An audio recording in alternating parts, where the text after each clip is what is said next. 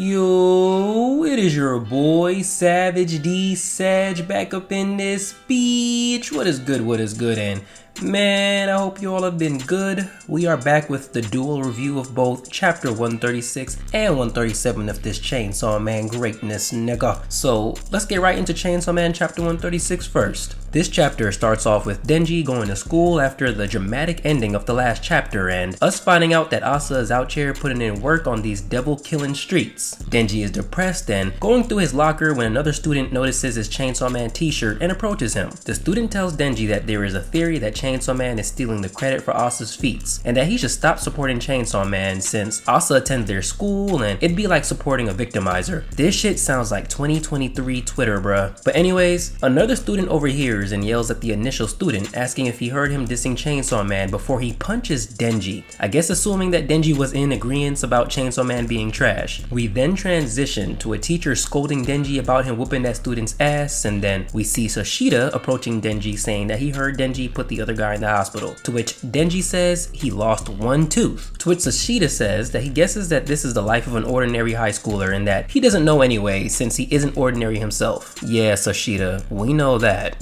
But anyways, this leads to Sashida inviting Denji to skip school and they go to the movies, which is empty, and we see some dead squid type devil in front of the screen. Sashida keeps trying to talk to Denji and Denji funnily tells him to shut up since they're watching a movie, to which Sashida says that no one can complain about it since everyone evacuated. He then goes on a word dump to basically tell us that a devil recently appeared in the theater but was killed by the theater's devil hunters within minutes, saying that Chainsaw Man isn't needed and problems can be solved without him basically. Sashida then notices that a girl from his class came to the theater before the corpse collectors did, and he states that this girl wants to have a date with Denji, which caused him to set them up. Before Sashida left, Denji asks if this is what it's like to be normal, to which Sashida simply says, yeah it is. Denji opens up to the girl after she sits down next to him and apologizes because he's in a badass mood and that even though he is amazing, he can't be charming but just wants to be alone. Before he can finish off his sad monologue, we see Denji tweaking and then realize that this girl started grabbing this man's meat in the theater, bruh. I beg your pardon? And grinning like a sex demon while doing it, like, shoo. Man, that shit was crazy.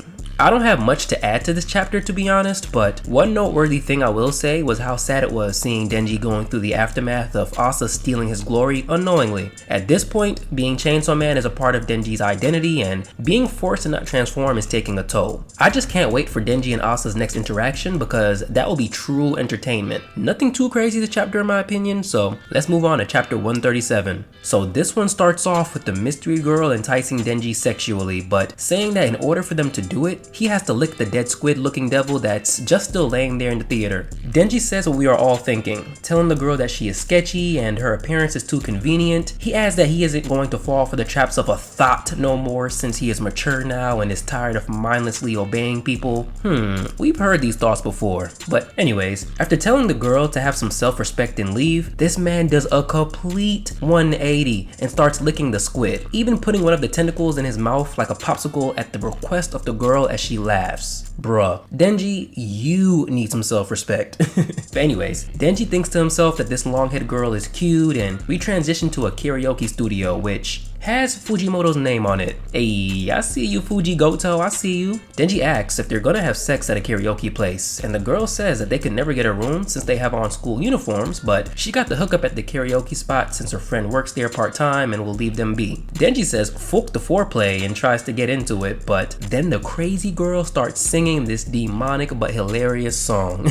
Now between the time of the chapter dropping and me making this video, the name of the song and band that actually made this song has been revealed, but I ain't gonna be the man to spend mad time on that, so fuck it. Anyways, this mystery girl just keeps singing as Denji is relieved that it doesn't seem like a trap since she is having fun. As he tries to vibe out, the door to their room opens and a man just runs in with a bat trying to take Denji out. And keep in mind that this is specifically Denji he is coming for. Denji whoops his ass with no Chainsaw Man transformation as a gang of people walk in with their bats and get their ass whooped by a 17-year-old only using his fists. Damn, this is giving me Yusuke from Yu Yu Hakusho vibes right here. I miss that. I miss it. Anyways, as these men keep lining up to get their ass whooped, Denji eventually picks up a bat and turns into Negan from The Walking Dead, taking these niggas out while this crazy girl keeps singing. And as Denji asks if she isn't going to sing the second verse, the crazy girl says that this seems more fun with a bat in her hand before they seem to square up. Bruh. Alright, so Shida, he has this name for a reason. Why would he set Denji up with this crazy girl that is allegedly from his class, especially knowing that he put a restriction on Denji's Chainsaw Man powers?